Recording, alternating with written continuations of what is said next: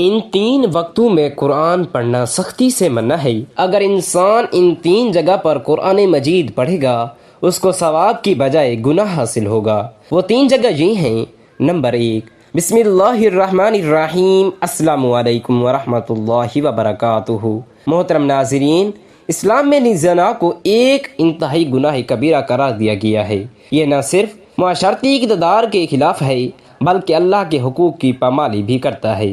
قرآن و سنت میں زنا کے سنگین نتائج بیان کیے گئے ہیں اور اس کے مرتکب کے لیے سخت سزا بھی متعین کی گئی ہے، لیکن ہمارے دین کی خوبصورتی یہ ہے کہ اللہ تعالیٰ توبہ کرنے والوں کو معاف کرنے کے اختیار ہے، بشرطے کہ وہ سچے دل سے توبہ کی جائے۔ اللہ تعالیٰ نے قرآن مجید میں کئی مقامات پر اپنی مغفرت اور رحمت کا ذکر کیا۔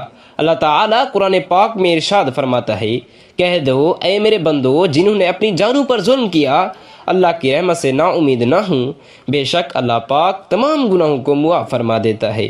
یہ آیت ہمیں واضح طور پر یہ بتاتی ہے کہ اللہ تعالیٰ کی رحمت ہر گناہ کو شامل کرتی ہے، خواہ وہ کتنا ہی بڑا کیوں نہ ہو۔ زنا بھی ان گناہوں میں شامل ہے جن کی معافی ممکن ہے۔ توبہ کی قبولیت کے لیے اسلام میں کچھ شرائط رکھی گئی ہیں جن پر عمل پیرا ہونے سے انسان اپنے گناہوں سے پاک ہو سکتا ہے۔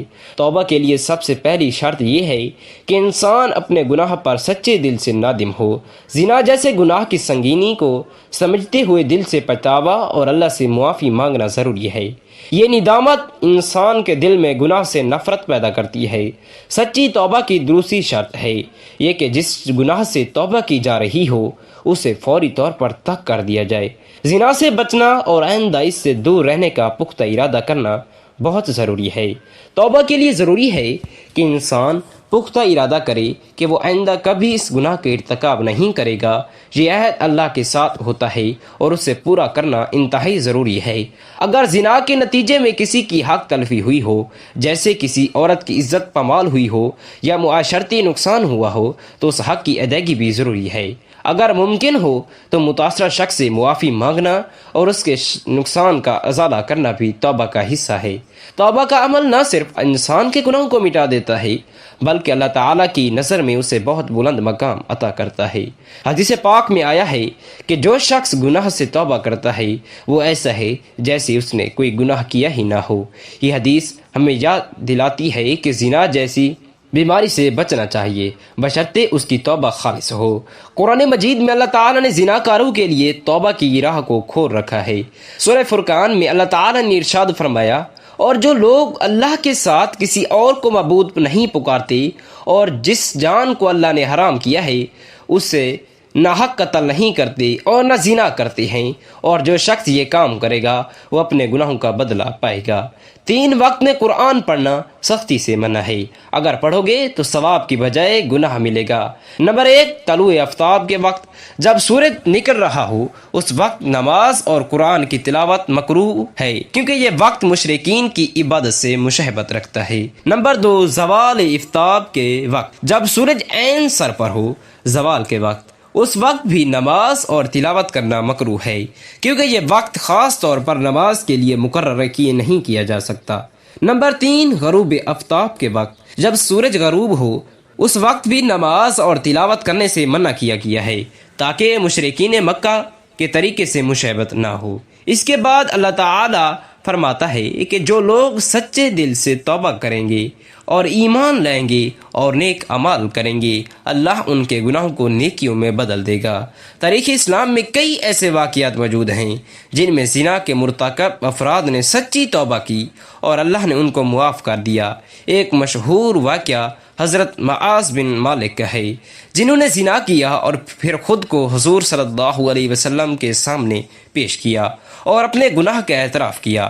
حضور علیہ السلام نے ان کو سنسار کرنے کا حکم دیا، لیکن ان کی سچی توبہ اور ندامت کی وجہ سے ان کو جنت کی بشارت بھی دی۔ توبہ نہ صرف انسان کی آخرت کو سنوار سکتی ہے بلکہ معاشرتی لحاظ سے بھی اہمیت رکھتی ہے۔ زنا جیسے گناہوں کا اعتراف اور ان سے توبہ کرنا معاشرتی تعلقات کو مضبوط کرتا ہے۔ ایسے افراد سچی توبہ کرتے ہیں، وہ آئندہ معاشرتی برائیوں سے بھی بچنے کی کوشش کرتے ہیں اور دوسروں کو بھی اس سے بچنے کی تلقین کرتے ہیں۔ اسلامی تعلیمات کے مطابق جب ایک شخص سچے دل سے توبہ کرتا ہے تو اس کی توبہ کی قبولیت کی کچھ خاص علامتیں ہوتی ہیں۔ یہ علامتیں اس بات کی نشاندہی کرتی ہیں کہ اللہ تعالیٰ نے بندے کی توبہ قبول کر لی ہے۔ ان علامتوں کو تفصیل سے بیان کیا گیا ہے۔ توبہ کی سب سے پہلی اور واضح علامت یہ ہے کہ انسان کے دل میں سکون اور اطمینان پیدا ہو جاتا ہے۔ توبہ کرنے کے بعد وہ محسوس کرتا ہے کہ گناہوں کا بوجھ اس کا دل سے اتر چکا ہے۔ اللہ کی رضا کا احساس اسے ایک اندرونی خوشی عطا کرتا ہے اور وہ زندگی میں ایک نئی راہ پر گامزن ہو چکا ہے۔ اللہ تعالیٰ نے قرآن مجید میں فرمایا، بے شک دلوں کا سکون اللہ کے ذکر میں ہے۔ بندہ سچے دل سے توبہ کرتا ہے تو اس کے دل میں اللہ کی طرف سے اطمینان کا نزول ہوتا ہے۔ سچی توبہ کی ایک اور علامت یہ ہے کہ انسان کے دل میں گناہوں سے نفرت پیدا ہو جاتی ہے۔ جب گناہ پر کسی انسان نے توبہ کی ہوتی ہے، اس سے وہ ہمیشہ کے لیے دور رہنے کی کوشش کرتا ہے۔ اس کے دل میں گناہوں سے دوری اور نیکیوں کی طرف رغبت بڑھ جاتی ہے۔ وہ زیادہ سے زیادہ نیکی کے کاموں میں کی کوشش کرتا ہے اور اللہ کی قربت حاصل کرنے کے لیے عبادات میں مشغول ہو جاتا ہے۔ نبی کریم صلی اللہ تعالی علیہ وسلم نے فرمایا، نیکی کی علامت یہ ہے کہ گناہ چھوڑ دیا جائے اور دل میں نیکی کی محبت پیدا ہو جائے۔ توبہ کی قبولیت کی ایک علامت یہ بھی ہے کہ توبہ کرنے والا شخص برے لوگوں کی صحبت چھوڑ دیتا ہے اور نیک لوگوں کی صحبت اختیار کرتا ہے۔ وہ ایسی محفلوں میں شامل ہونے کی کوشش کرتا ہے جہاں اللہ کا ذکر ہوتا ہو اور دین کی باتیں کی جاتی ہوں۔ اس بات کی دلیل ہے کہ اس کی توبہ حقیقی ہے اور اللہ نے اس کا دل بدل دیا ہے۔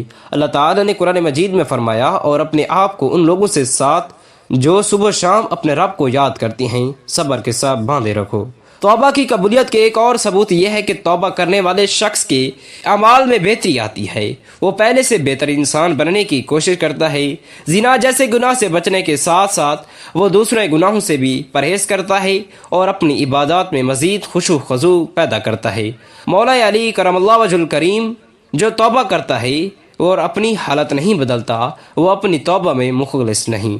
توبہ کی خلوصیت یہ ہے کہ ایک نشانی یہ بھی کہ اللہ تعالیٰ اس شخص کی دعا کو قبول کرتا ہے۔ جب ایک شخص سچے دل سے توبہ کرتا ہے تو وہ اللہ سے مزید قریب ہو جاتا ہے اور اس کی دعاؤں میں خشوع و خضوع پیدا ہوتا ہے۔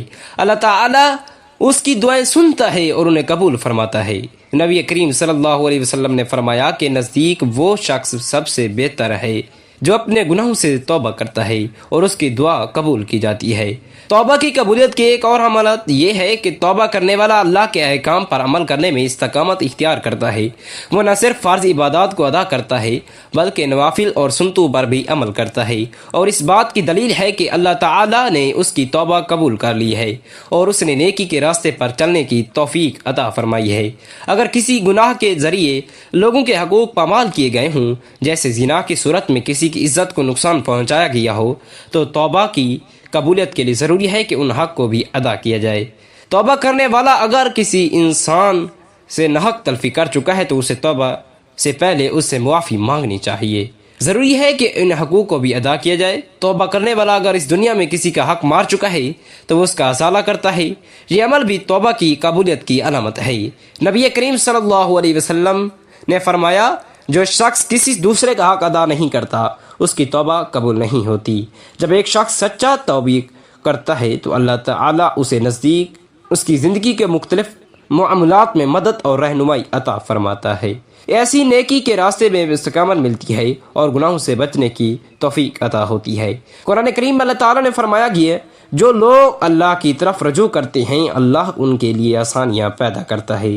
ناظرین، نبی کریم صلی اللہ علیہ وسلم کے 99 ناموں میں سے ایک نام ضرور ٹائپ کریں اور صدقہ جاریہ سمجھ کر اس ویڈیو کو آگے ضرور شیئر کریں۔